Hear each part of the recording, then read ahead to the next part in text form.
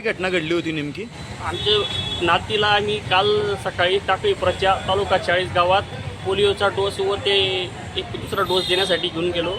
Dose दिल्यानंतर ते आमचं बाळ 10 मिनिटाच्या आत बेशुद्ध अवस्थेत सारखं झालं. त्याच्यानंतर आम्ही खाजगी रुग्णालय 40 गाव साई हॉस्पिटल येथे नेले. त्यांनी आम्हाला सांगितले की तुमचं बाळ डेड झालं आहे बुवा.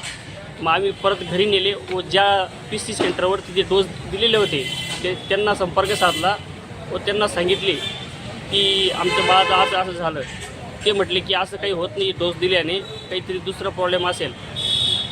परंतु आम्ही त्याच्यानंतर त्यांनी आमचे 4-5 तास तिथे जागेवर खाऊन घेतले. आम्हाला कुठेही पोलीस स्टेशनला जाऊ दिलं नाही किंवा कुठलीही कारवाई करू देण्यासाठी ते भाग पाडत होते. तर जाऊ नका बुवा, आम्ही करून टाकू. त्याच्यानंतर आम्ही स्वतःहून पोलीस स्टेशनला गेलो.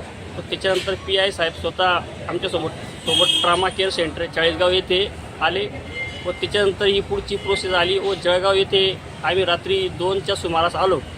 परंतु यांनी जळगाववाल्यांनीही त्या बाळाला कुठल्याही प्रकारची ट्रीटमेंट न देता आमच्या 9 वाजेपर्यंत आमच्या हातातच सकाळपर्यंत बाळ होते. इथं रात्रभर तुम्ही थांबून होतात बाळ मांडीवर घेऊन? रात्रभर मांडीवर घेऊन आम्ही थांबून होतो. काय मागणी काय दादा आपल्या? मागणी फक्त आमच्या बाळाला न्याय मिळावा, त्याचा मृत्यू कसा झाला हे निष्पन्न व्हावं. जे त्याच्यात गुन्हेगार कठोर आहेत त्यांना कठोर कारवाई होण्यात यावी. आणि इथल्या काही लोकांवरही कारवाईची मागणी आहे आपली सिव्हिलच्या? इथल्या लोकांचं एकच होतं, यांनी काहीतरी म्हणजे त्याला पेटी वगैरे कुठं ठेवलं पाहिजे होतं, पण यांनी आमच्या बाळाला हात लावला नाही व आम्हाला सांगत होते की आम्हाला वरून दबाव आहे की बाळाला घेऊ नये बुवा असं. नाकातोंडातून फेस आला दादा अक्षरशः. आता नाकातोंडातून त्या बाळाचा फेस यायला लागला तेव्हा थोडे लोक आले. त्याच्यानंतर त्यांनी आता बाळाला आतमध्ये घेतले. आपलं नाव? तुळशीदास शिवदास मराठे.